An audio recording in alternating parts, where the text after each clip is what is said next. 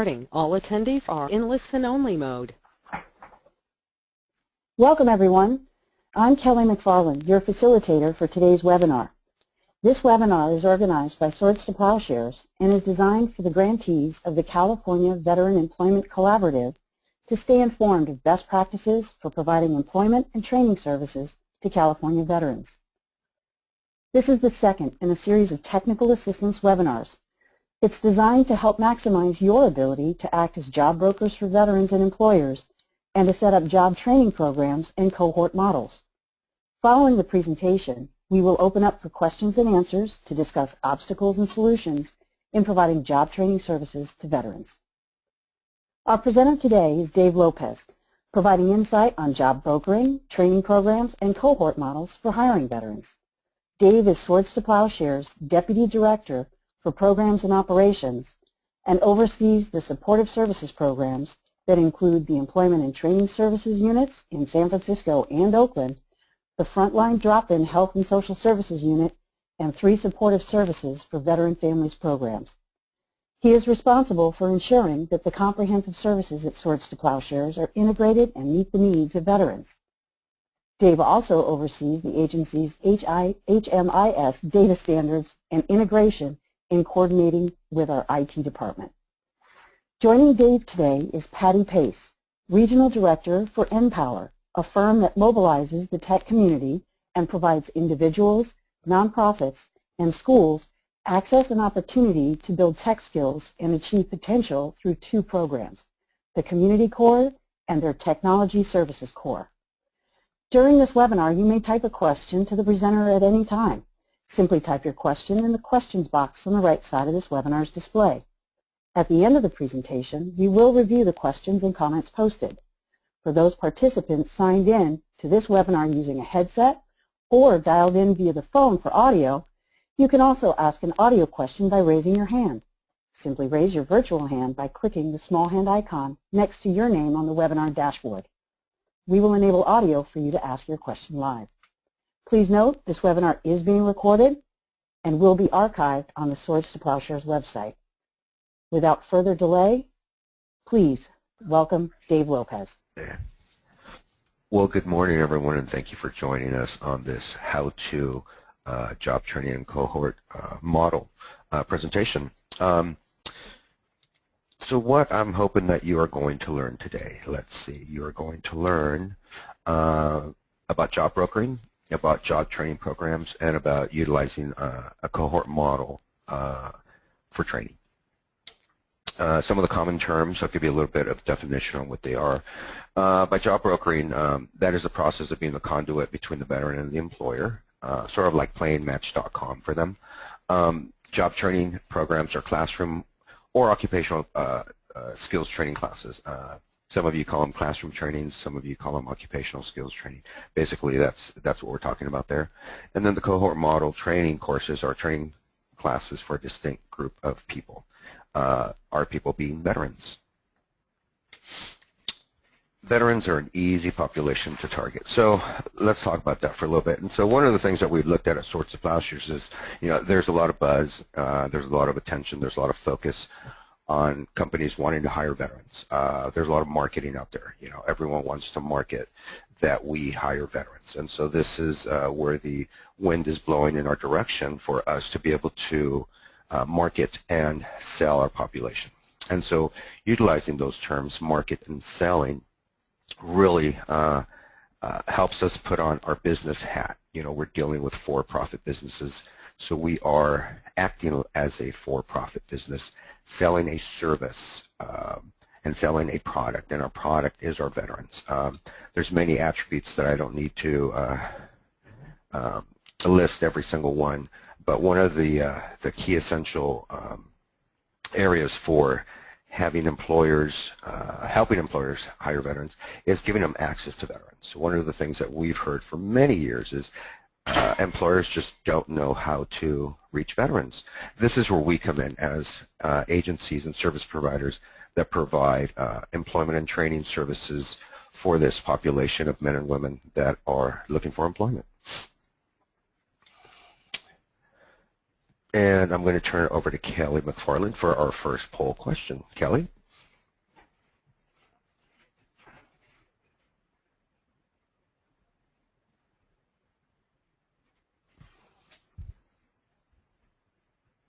Kelly? Hi, Dave. Sorry about that. So everyone, all the participants should be seeing a quick poll up on their screen right now talking about the question being, have you previously set up or run job training programs or cohort models, and then selecting which or both your organization is familiar with. And while folks are answering this poll question, we'd love to have everybody select their options.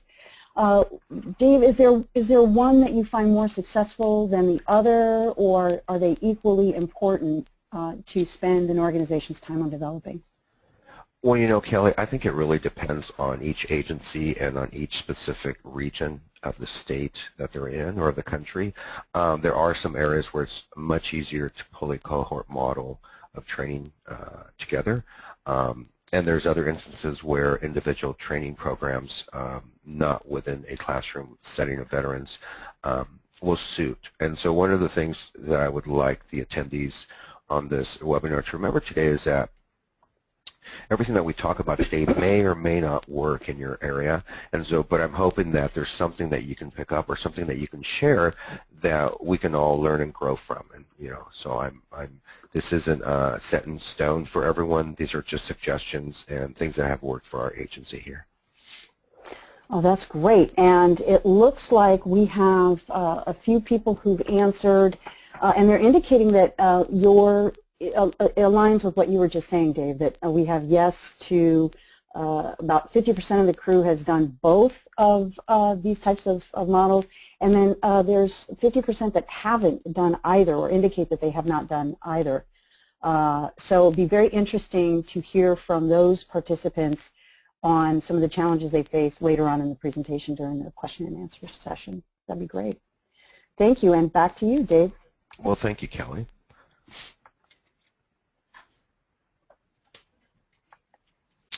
Very important when you're trying to set up a job training program is we have to make sure that the jobs are there. And so as you can see pictured is this gentleman that's obviously installing solar panels. So back in 2009, we had, which maybe I'm assuming that maybe many of you had funding, federal funding, to train individuals to become solar panel installers. That was going to be the big giant boom. We jumped on it with both hands and both feet, trained probably 200 veterans, and we all know what happened in 2009 as the economy tanked and there was no jobs. The money that was to be set aside for homeowners and owners of buildings to upgrade to solar panels was just not there. And so what ended up happening, unfortunately, is, and I'm sure it still exists today, is there's many individuals walking around with the knowledge and certification on how to install solar panels. Unfortunately, there were no jobs. Most recently, I am seeing an uptick in that. We are personally approaching it with caution. We had, we felt very responsible to our population that we trained, and they worked very hard for 12 weeks to learn to install these panels. So I can't stress it enough that we do our due diligence in making sure that the industry is growing in that direction, and that the economy will lend itself for those jobs to appear when the training program is over. So job brokering. So what is job brokering about? So really job brokering, what it is that you're really taking a dual customer approach. You're looking at your employers as customers and you're looking at your veteran participants as customers. And so what we're trying to do is we're trying to become their headhunters. We are doing what employment agencies charge for. We're doing it for free. Our focus is, or our profit is placing veterans into employment. And so what we have done here at Swords to Plowshares is we build relationships with employers, but we build it with the hiring managers. Okay, it's always nice to meet the CEOs, and they make great picture opportunities, but the people that you really want to get to know as your best friend is the hiring manager. And so looking at this company as your customer, you want to know, you want to find out what it is that they're looking for. You know, do they like their resumes set up a certain way? Do they like informational resumes? How do they like resumes submitted? Do they want, any types of references with the resume, or does that come later? So it really is you're qualifying the needs of your customer. And so what we're trying to do is we're trying to have them place their job ads with us. And so that's very important that we show them that they don't have to look any further. What we're selling is we're selling a very highly marketable population, and we're making the work easier for them because we know where the vets are. We have them in our offices. And so this is where you will work with your community partners. You will work with the EDD offices. You will work with other vet organizations, maybe the vet center, maybe the VA. And so if you do not have a veteran to fit this job description in your roster, then you search the community for them. One of the ways that we have done that is we will place ads in search engines like Craigslist. And so what we do is we will list every single skill set that job description is looking for, but we will never list the name of the employer. We list our agency. And so we're screening. We're constantly screening. And really what I'm describing is you're a headhunter. You're going out and you are the middleman for the employer and the job seeker. It's been extremely successful for us. We've built a lot of strong relationships. We have some very strong relationships where all of their jobs for certain companies are placed through us, and it's our job to make sure that we send them qualified candidates. And so the qualified candidate piece, I can't stress that enough, because you're building a trust relationship. Unfortunately, I wish we can get every single vet every job that we had out there, but sometimes it doesn't work that way. And so it's our jobs to ensure that we are saying that we are sending and referring the best possible candidate for that position, because these employers are putting their trust in us that we are going to help them achieve their goal, and in turn we're achieving ours by helping veterans obtain employment. So I want to talk about one of our stronger relationships, which is Walmart. We do have a job brokering relationship with Walmart. We do have them call us and say, we're looking for these positions. The great thing about having an established relationship with an employer is you come from around the desk and you can talk about what doesn't sound right. We don't want to recruit for greeters. We want to recruit for management with Walmart. We want to recruit for the distribution centers. We want to recruit for truck drivers. That's what we want. We want the high-wage, high-growth jobs as well as the greeters, because let's face it, we do have we serve populations that span a vast age group, era of service, and so we want to make sure that we're not just pigeonholing our population into one specific type of job. We want to build careers, and so our relationship with Walmart is we're able to ask that, like, no, what else do you have besides greeter positions or cashier positions? Our veterans need to make a sustainable wage. So you're one of the other important factors in setting up a job training program is you would like your certification or your training to be accredited. You need to make sure that the companies that would hire based on this training and certification are acknowledging the curriculum. And so we've had situations where local community colleges will come to us and say, hey, we have this pretty amazing training in biotech. And so we looked at the curriculum, and I'm not a biotech expert, so I called up Genentech, who we have a relationship with, and I shot them the curriculum, and they came back and said, no, absolutely not. We would not hire off of this. This doesn't mean anything. So it's always very important to pull your employers in to help determine if the curriculum holds water or not. There again, we want to make sure that if we are asking these veterans to invest time, we're investing money, we want to make sure that there's going to be a recognized certification that the industry will recognize, and that there are jobs available. We've learned the hard way. We definitely have hit some bumps in the road, and I'm hoping by sharing this information with you all, and I can help some of you, and I'm very, very eager to hear your all experiences in providing these certificate training programs. I must say I forgot to apologize. I am running a head cold today, and I'm trying not to cough, and if I do apologize. PG&E, Pacific Gas and Electric. So I want to talk about PG&E and our relationship in a cohort model of training. So we have operated over the past 5 years, we've operated 3 cohort style of training programs. We have done the gas utility worker program with them.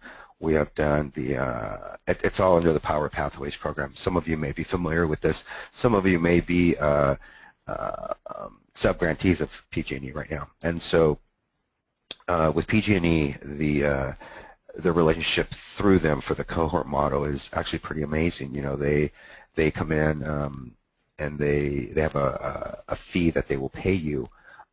They are the instructor, they are the trainer, and it's up to us or the grantee to look for a training location. And so I've utilized community colleges. I go through contract education, and I sort of buy a package. You know, I buy the classroom, I buy the lab, I buy the computer room for 10 to 12 weeks, and so PG&E comes in. They do the instruction. We help with case management support. We help with getting the participants ready for taking any number of tests that will qualify them for positions that are coming up with PG&E. And so it's a great relationship there. It's great when your so to speak employer is also your training provider, because you are ensuring that that curriculum is being recognized. On top of that, PG&E does bring in their companies that they work with. They bring in their contractors that also recognize this type of training. That makes the availability of employment even greater than just with PG&E. So we've had an amazing partnership. We're actually, we just finished a cohort training with them earlier this year through Solano College here in Northern California, and we have them planned for February of 2015 that will take place in San Francisco proper. And so here, you know, I just explained a little bit more verbally about what a cohort model is, and really what you are is you're brokering instruction. You know, making sure that we've done our due diligence on the industry recognizing the certifications. When you have the employer doing the training, you know for sure that they're going to recognize it.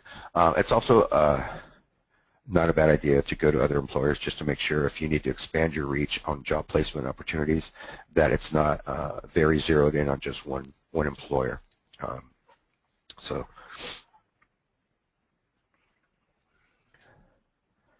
One of the other things that we do here is that when we get to the job placement and of the services that we provide, and you'll see at the third bullet point where it says customizing the resumes, and so I'll go into that more in greater detail later, just to share what our experience has been in the resume writing.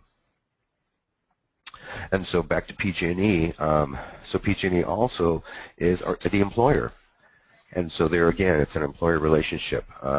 This cohort model, because the company is the trainer and the employer, lets them call some of the shots as far as who is going to be enrolled into the training program. So we run through a list of, I'm going to give you an example. PG&E will put out billboards and ads that they're recruiting veterans for a training cohort.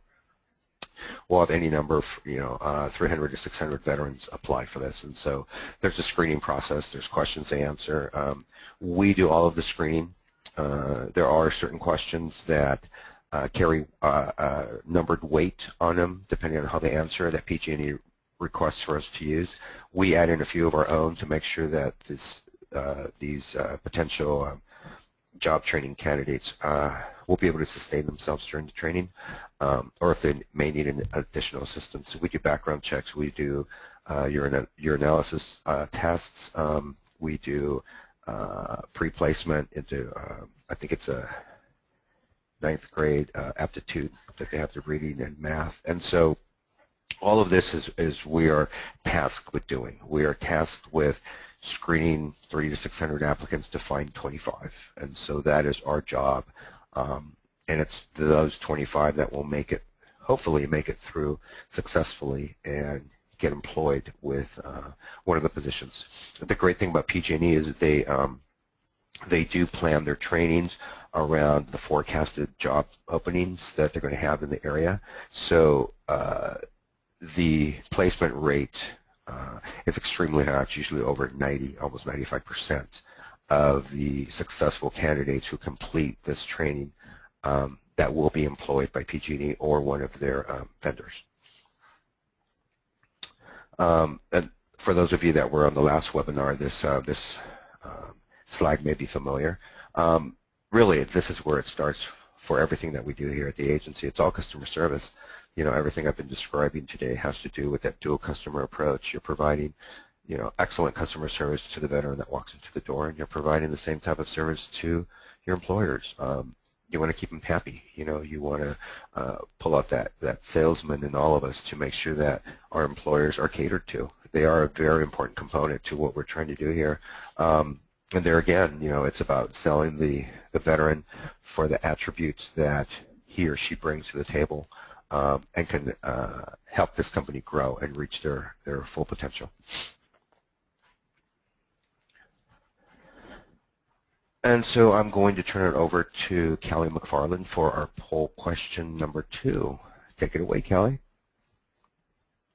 Well, thank you, Dave. I appreciate it. And right now we're launching another poll question with regard to what is the biggest challenge in getting veterans you serve or served hired in a career track or other types of employment.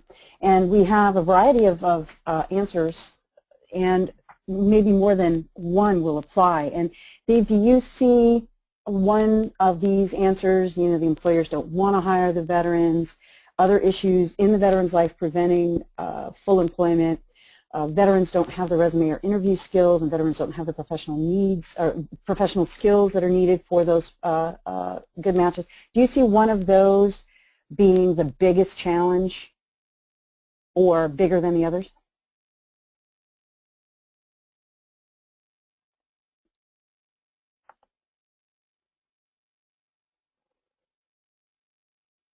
Dave, did we lose you? I think Dave muted himself, and we'll give him a chance Kelly, to unmute. No myself, problem at all.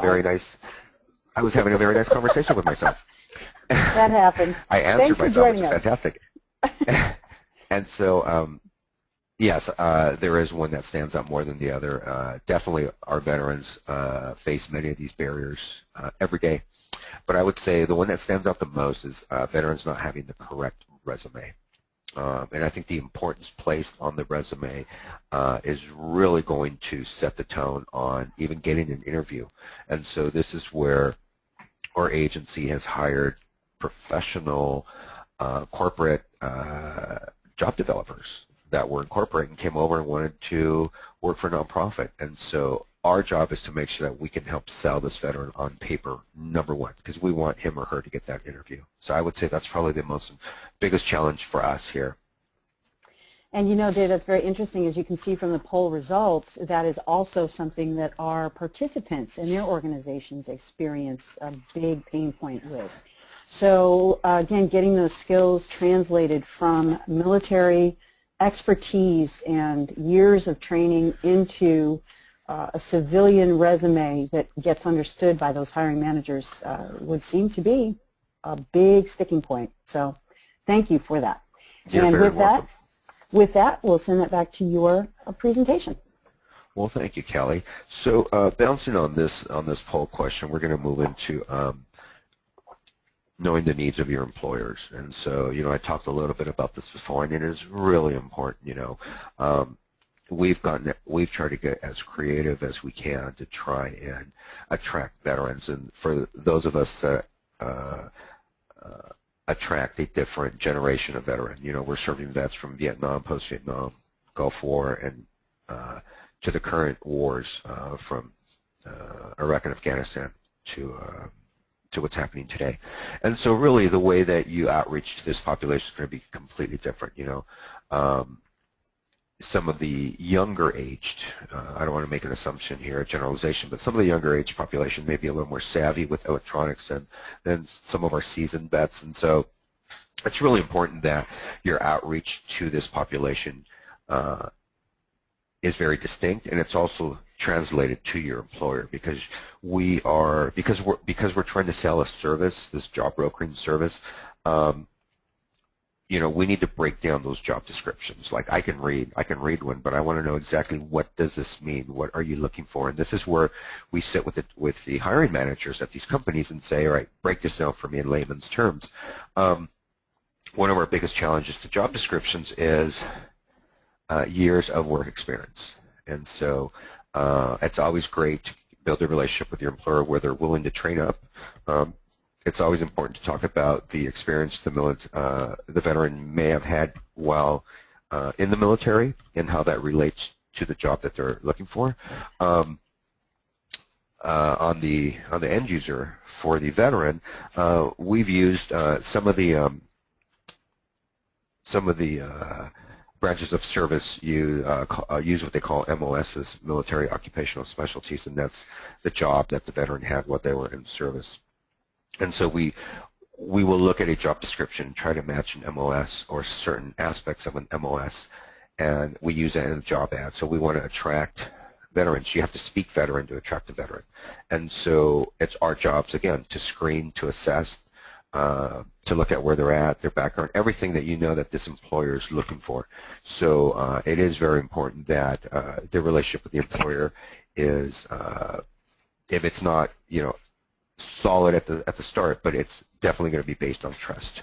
And as you'll see, the second point on the screen is what format should the resumes be written. And that's extremely important.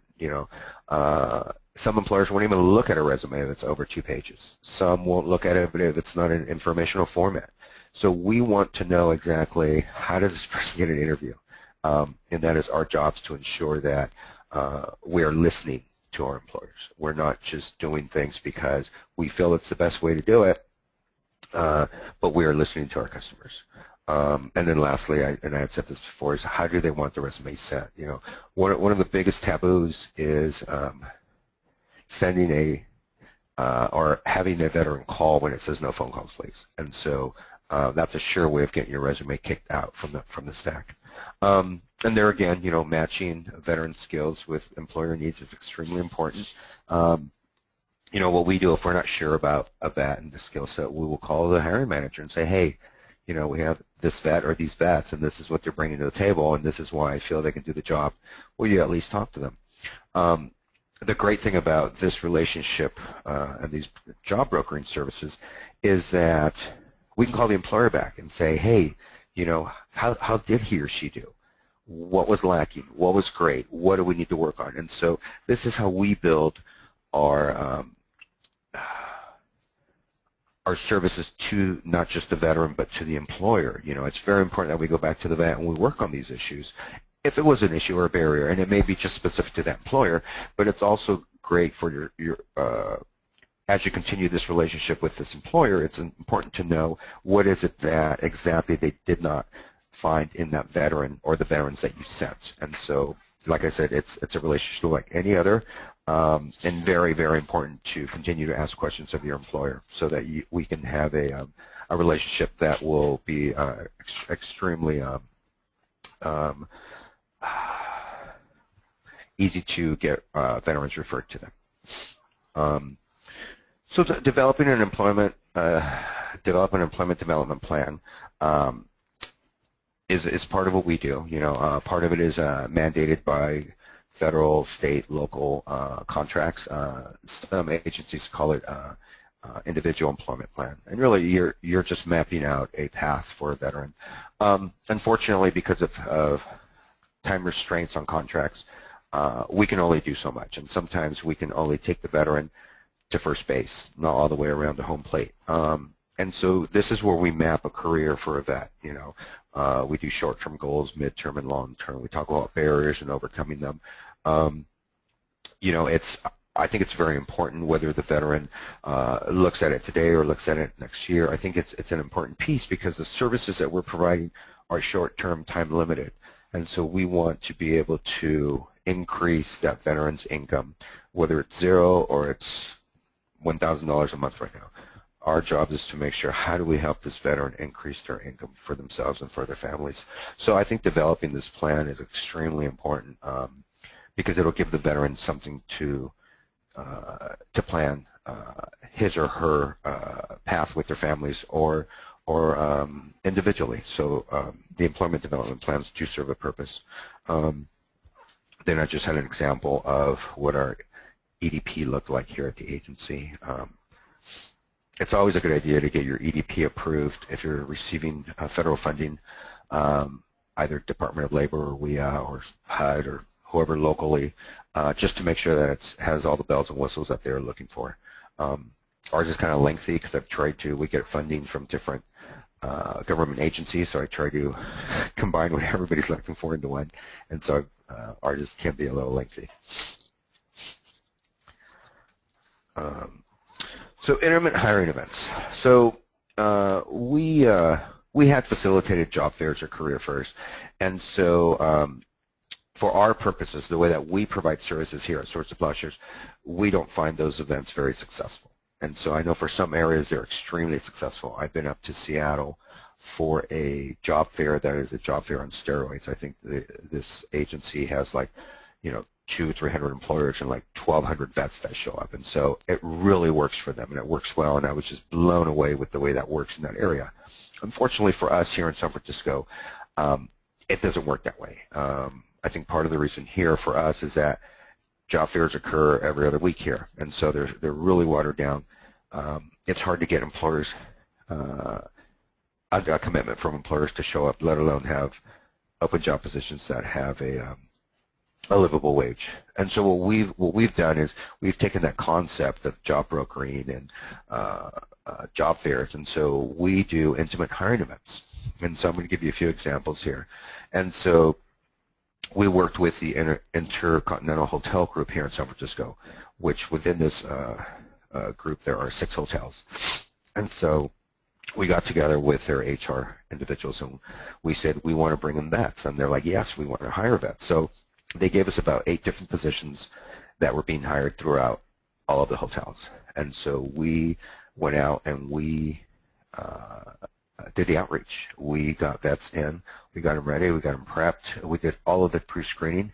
We made sure they met the minimum qualifications, whether it was food service or whether it was operations or whether it was facilities. We made sure, or whether it was management, we made sure that we were screening and bringing in the best vets possible.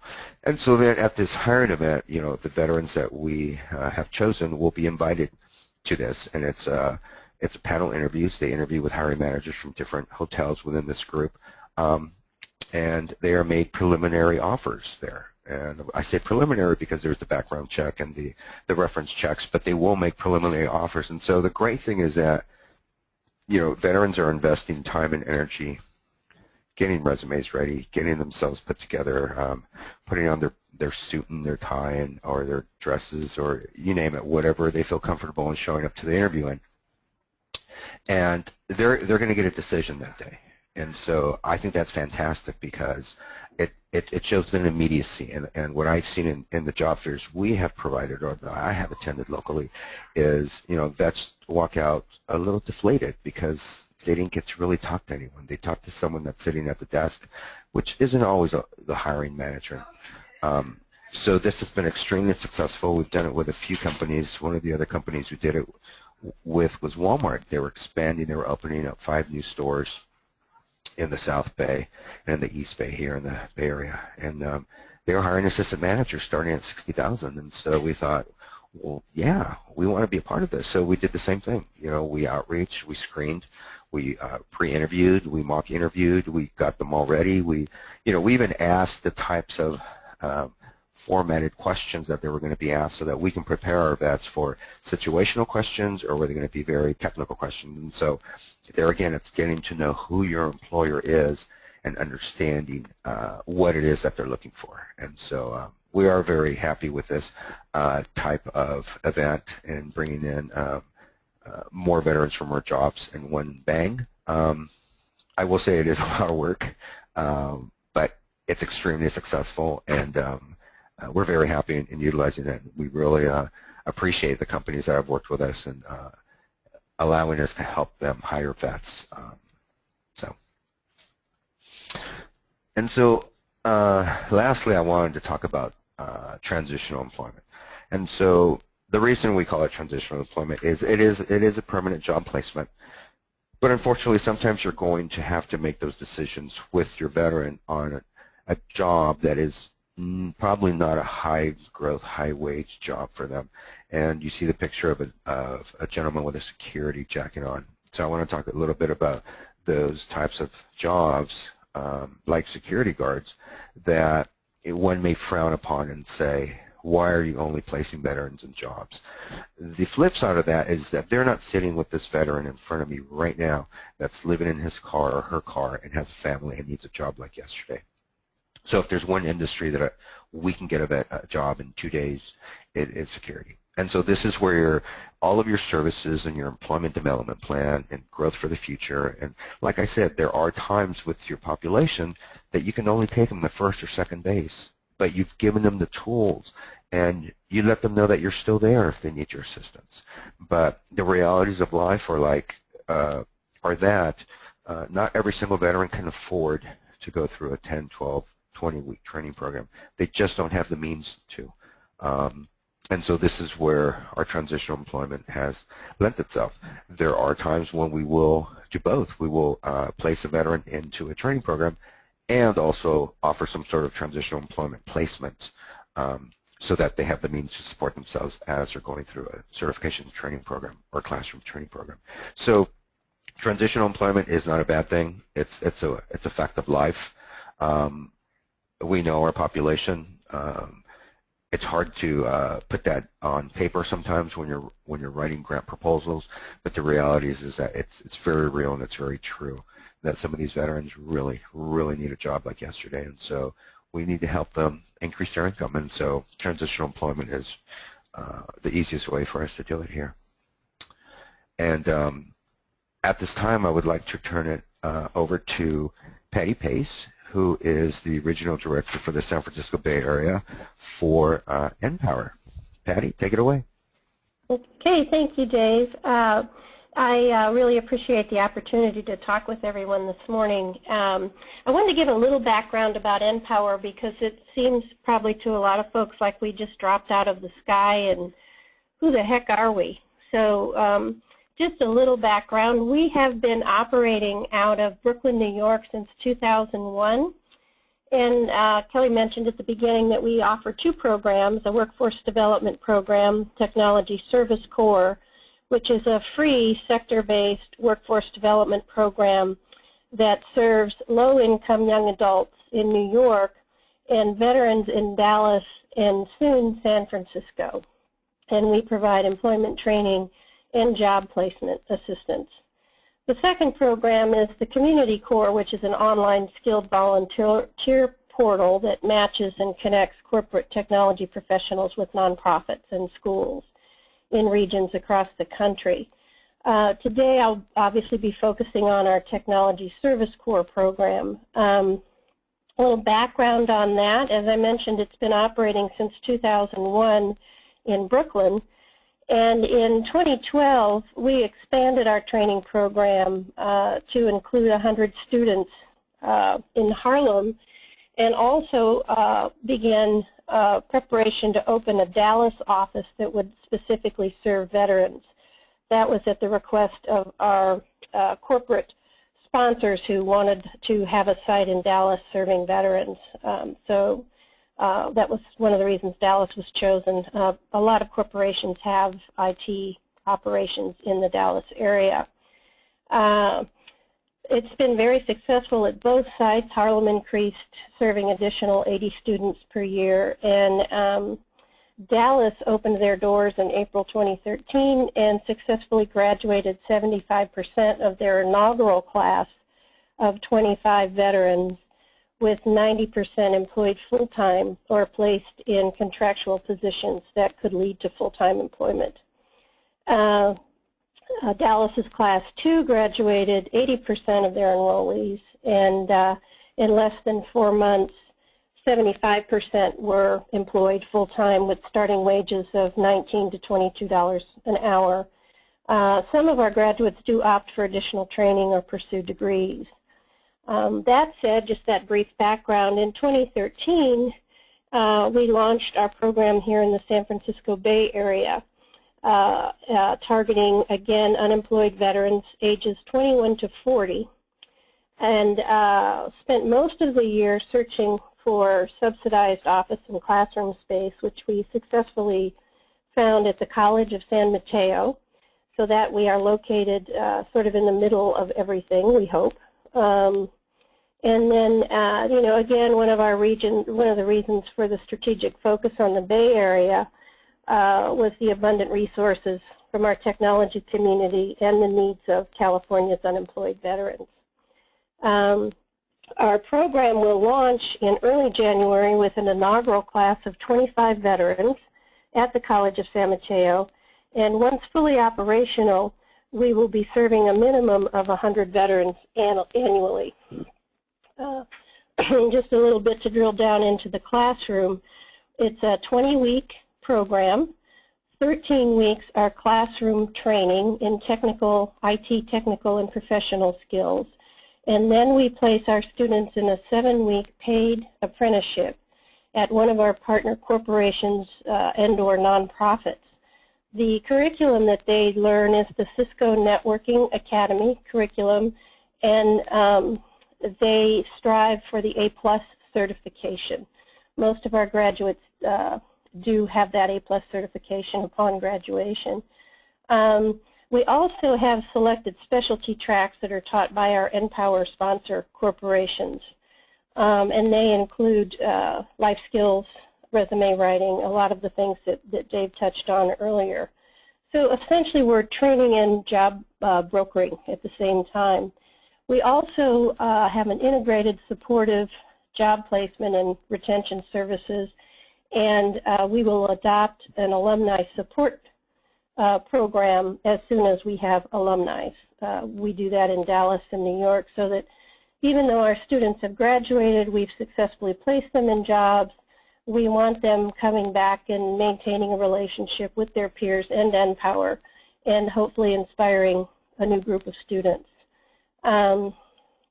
So essentially what we're doing with this curriculum is it's an intensive curriculum, class-based technology training, professional skills training, paid internship placements, job placement, and then retention services and integrated supportive services. So we try to touch on all those points.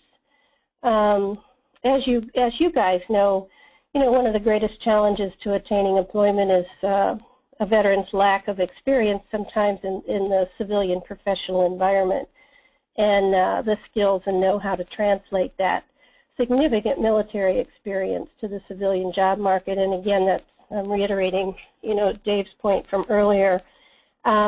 We take that very seriously, and in keeping, in concert with our IT training, we do spend quite a bit of time on those professional skills training as well.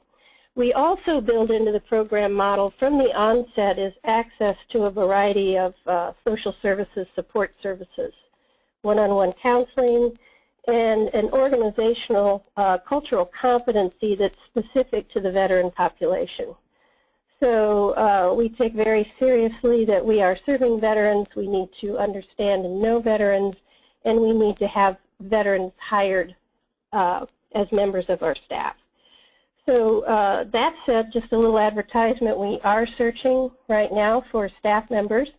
If you go to npower.org and click on careers, you can read all the job descriptions that we have available right now. We hope to have everything filled by the end of the year. And I should mention that we know that there are a number of great nonprofits serving the community, the veteran community already, and we would like to be a collaborative partner with organizations and share resources. For example, we do have a great space at the College of San Mateo. If anyone out there needs a classroom for a day workshop or anything like that. So we really don't want to duplicate services. We'd like to enhance and partner. So that's key to our entry into the Bay Area. But I did want to emphasize that we do put a lot of emphasis on the social services aspect, because we know our veterans are coming to us with a number of challenges that are unrelated to learning an IT curriculum. And just a quick story, our Dallas staff learned that one of their recent students was living in his car while he was attending classes and completing his internship. And it was not something he wanted to advertise, of course, and they found out quite by accident. And as soon as they found out, they hooked him up with our staff social worker, who then helped him reach out to appropriate services in the Dallas area, found him housing, and he went on to graduate and is now successfully employed at a high-tech company, earning in the 70s. So, that's what we're all about. That's what we want, and that's where we want to, make our mark. Our students are employed at companies like Ernst & Young, Citibank, CBS, TD Ameritrade, Morgan Stanley, Cisco, Google, Yahoo. About a third of our graduates do go with nonprofits at their choosing. And the jobs that we train for are entry-level, junior network administrators, help desk managers, junior system engineers. So that's the specific skill set that we train to right now. That said, we are piloting 2 programs, both in New York right now, which we will eventually offer to our veterans. One is with Symantec Corporation. We are training students on security IT, which is a big need right now, obviously. Every day you read about the latest hacker. So that will eventually be offered to our veterans. And we're also piloting a health IT curriculum in New Jersey that will eventually be offered to our veterans. Again, with all the HIPAA laws, we are predicting that those will also be jobs that will be open to our veterans. The other reason we want to up the game a bit is we've discovered that our veterans are coming to our program with more experience in technology. And in point of fact, we shortened the program from what it is in New York for underserved young adults because we are our veteran students are more mature and do bring more experience to the classroom. So I will stop there, and if you all have any questions, be happy to answer. Thank you so much, Patty. That was very informative and great discussion with regard to the power of Npower. Dave, thank you so much for your presentation as well. And we do have a few questions queued up for both of you, either or both of you. One of the first questions I'd like to bring out to the group is the question to do with cohort models. And do you have, in your experience and opinions, what type of cohort model works best? Small, large, in between? Is there a preferred size for both you and Dave? And Patty, feel free to hit it first.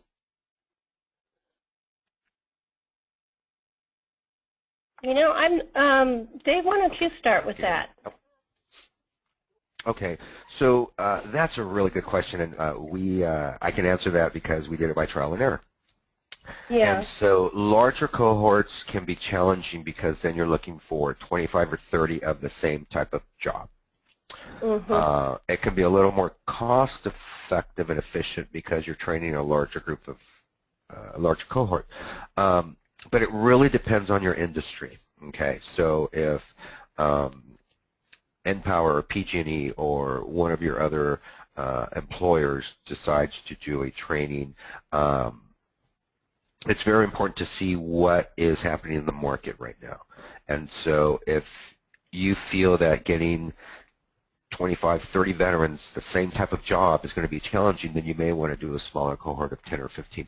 And sometimes the industry in which you are training will lend itself to make that decision for you. What do you think, Patty? Yeah, no, I would agree with that. And again, you know, Npower is so specific to IT, you know, technology training, and using the Cisco Networking Academy curriculum that we are sort of in a pilot phase around training to a specific industry, you know, with our security and our IT, our health. So that's sort of a TBD for us. We do know that, you know, we have a great success at placing our students, but, you know, I think that, you know, that's a TBD for us. Patty, speaking of your health IT job training program, what will that look like when it's up and running and fully operational? Is there a kind of a vision that you can share? Yeah, yeah. We're, like I said, we're just in the infancy with that. We actually are training to 2 tracks. One would be the specific IT, you know, sitting at the computer managing the EPIC database and platforms that are specific to the health IT. And the second piece to that would be training and preparing our students for the managerial positions that hospitals are needing. The director of, say, the EPIC database programs. So that's sort of a 2-track where we have our technology folks and then also an IT managerial track. Again, the goal is to get them into jobs. Again, it's much more focused than, you know, just our general Cisco Networking Academy curriculum, which allows our graduates to work at a nonprofit, work at a financial institution, you know, work at an IT, a technology company. These would be specifically positions. And I think probably what will happen is it'll be more of a train and place model, because we will be reaching out to hospitals and medical institutions ahead of time, you know, in preparation for placing these students. We do that now, but on a more generalized program. You know, we recruit our apprenticeship positions simultaneously with recruiting our students. So does that answer your question? Yes, yes, it does. Thank you, Patty. And along those lines, for both Dave and Patty, the feeling amongst our participants is that job fairs do seem to attract employers and help establish relationships. But are there any other methods of meeting with and partnering employers that you can recommend that may be a little more innovative and outside the box? Yes. Besides that hiring event? Yes, and so I mean, yes, I think the participants on this webinar are absolutely right. It's great for networking, but you're networking sometimes at the cost of veterans thinking they're going to get a job.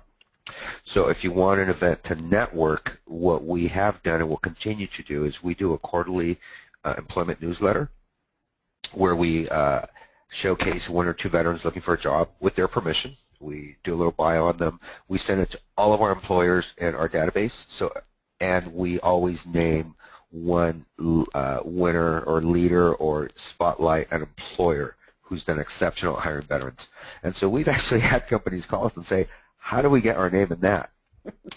And so this is one way. The other way is also we will do employer mixers, or we've done with the help of our policy department here, we will do employer summits where we're bringing employers together. And so, you know, this does take work and manpower and a lot of coordination, but this is where you reach out to your existing employers and you invite new employers.